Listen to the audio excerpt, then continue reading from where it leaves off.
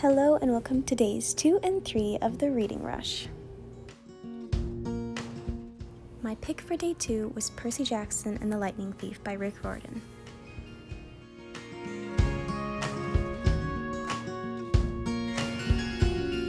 I chose this book to fulfill the challenge of reading a book and then watching the movie adaptation.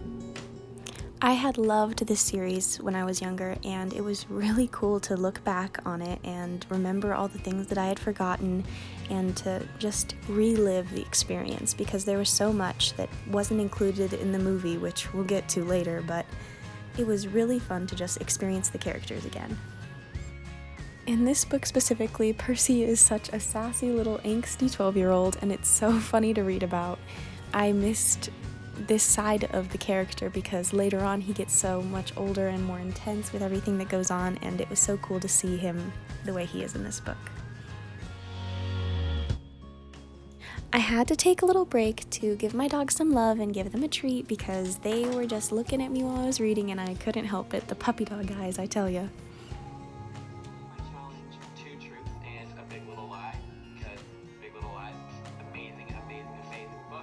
And the show's on right now, so it's a little inspired. The show's amazing too, just saying. So I felt like it would be fun to do Two Truths and a Lie. You can just never go wrong. So for my 2 truths and a lie, I decided to put down 3 books. 2 of them I have read and 1 of them I have not. So comment down below and guess which one I have not read yet. I'm kind of ashamed that I haven't read it yet because it's been getting really good reviews, but all 3 of these books have spoiler alerts. That doesn't help much.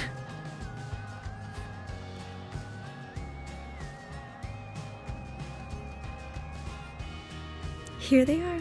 The Sun is Also a Star, Clockwork Angel, and Renegades.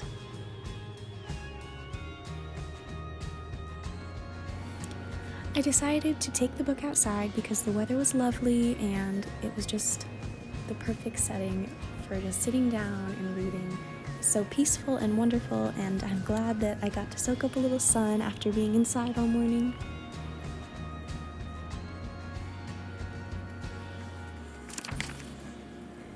I can't tell you how many times this book made me actually laugh out loud because these characters are just so funny and just the dialogue between them is generally hilarious, and I just love them so much. It was so fun to just hear the banter back and forth and just be along for the ride.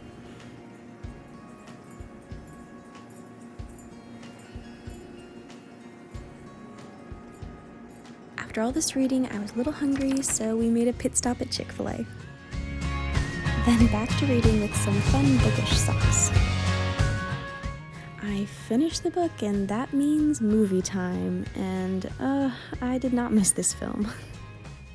This movie just has so many problems. It's not even funny. It's just not right. I woke up the next morning and started reading An Enchantment of Ravens.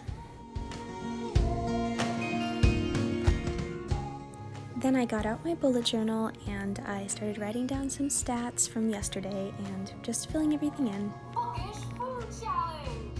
This challenge is basically for you to make yourself a drink, snack, full-on meal inspired by the book you're currently reading or just one of your favorite bookish food items that you have read throughout time. Like Reagan, I also took inspiration from Lara Jean.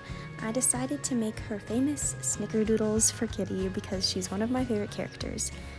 This was a tedious process, but it was pretty fun, and I think they turned out looking pretty good. Here's the finished product.